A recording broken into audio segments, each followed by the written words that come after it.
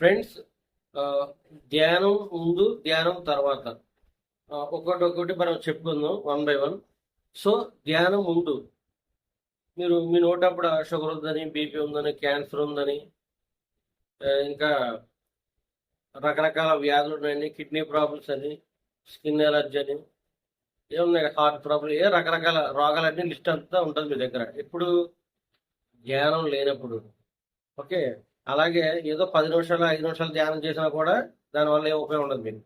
ఎవరైతే 3 గంటలు ధ్యానం చేస్తారో డైలీ, ఆటోమేటిక్గా వాళ్ళ కర్మలన్నీ కూడా దగ్ధమయ్యి వాళ్ళకి జీవితంలో హాస్పిటల్ పని ఉండదు. ఓకే, బీపీ తగ్గిపోతుంది, క్యాన్సర్ మొత్తం కంప్లీట్గా.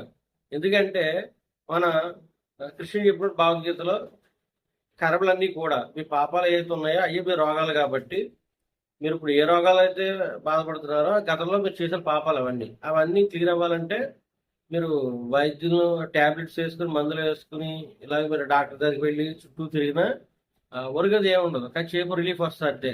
మళ్ళీ 2 నెలల తర్వాత 3 నెలల తర్వాత అక్కడ నొప్పి ఇక్కడ నొప్పి మళ్ళీ అంతా కథ మారు. మళ్ళీ సైడ్ ఎఫెక్ట్స్, కొత్త కొత్త రోగాలన్నీ ఫ్రెండ్స్లో వస్తుంటాయి ఆటోమేటిక్గా.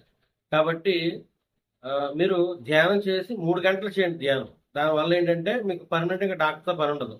3 గంటలు ధ్యానం చేసినప్పుడు ఇక మీ ధ్యాస ధ్యానం మీద ఉంటుంది ఆటోమేటిక్గా. ఓకే, ధ్యాస ధ్యానం మీద ఉంటుంది. మీకు అన్ని ఒక ఆరోగ్యమే కాదు, ఇంకా అన్ని రకాల లాభాలు మీకు చేకూరుతాయి. ఓకే, 3 గంటలు ధ్యానం ఉండేలా చూసుకోండి. మీరు ఎప్పుడు చేస్తారు ఏంటన్నది మీ ఇష్టం అది. ఓకే, ఇంకా మీకు ధ్యానం బాగా కుదరటానికి డైలీ ఒక 5 మినిట్స్, 5 నిమిషాలు చెప్పిన 5 సార్లు చేయండి. అదొక మీకు అలవాటు అయిపోతుంది. అంటే 24 గంటలు మీరు ధ్యానంతో ఫీలింగ్ మీకు వస్తుంది అనమాట. ఓకే, మీరు 4 గంటలకి 3 గంటలకి ఎప్పుడు గ్యాప్ ఉంటే అప్పుడు 5 మినిట్స్ చెప్పి చేయండి.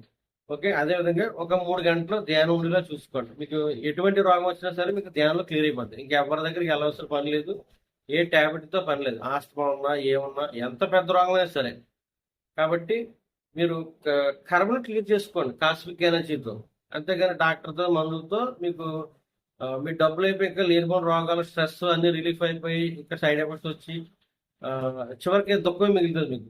ఆ రోగాలు కాస్త మళ్ళీ ఇంకా ఎక్కువ అవుతూ ఉంటాయి సైడ్ ఎఫెక్ట్స్తో పాటు.